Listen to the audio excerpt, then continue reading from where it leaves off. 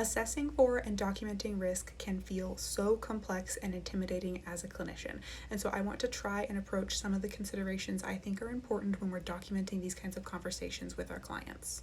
I'm not going to dive fully into it in this video, but there is a lot to be said and considered about the ethics of assessing for risk of SI, and even more so when documenting it.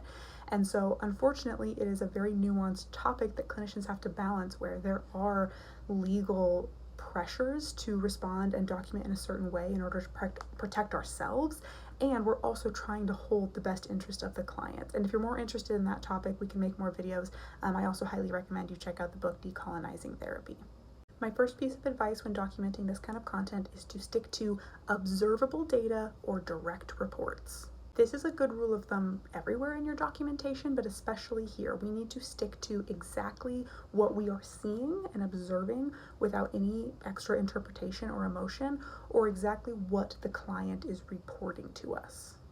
Another big consideration when documenting this is to focus on the assessment process rather than the content of whatever the client is telling you about. So what assessment tools did you use to assess the level of risk?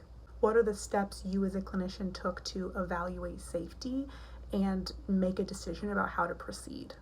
Third, focus on documenting the actions taken to ensure client safety. If you have assessed that there is some level of risk, but you are not immediately escalating the situation, then you need to make sure to document protective factors, any safety planning, any conversations you had around how the client is going to handle the risk, again, rather than the content of the risk itself.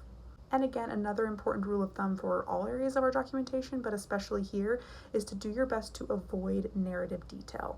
Including narrative details or graphic explanations is usually not clinically helpful. Not always, don't come for me in the comments, but like wherever we can reduce the narrative information that we are providing and focus instead on direct reports, observable data, and safety planning measures, that's going to be more protective overall.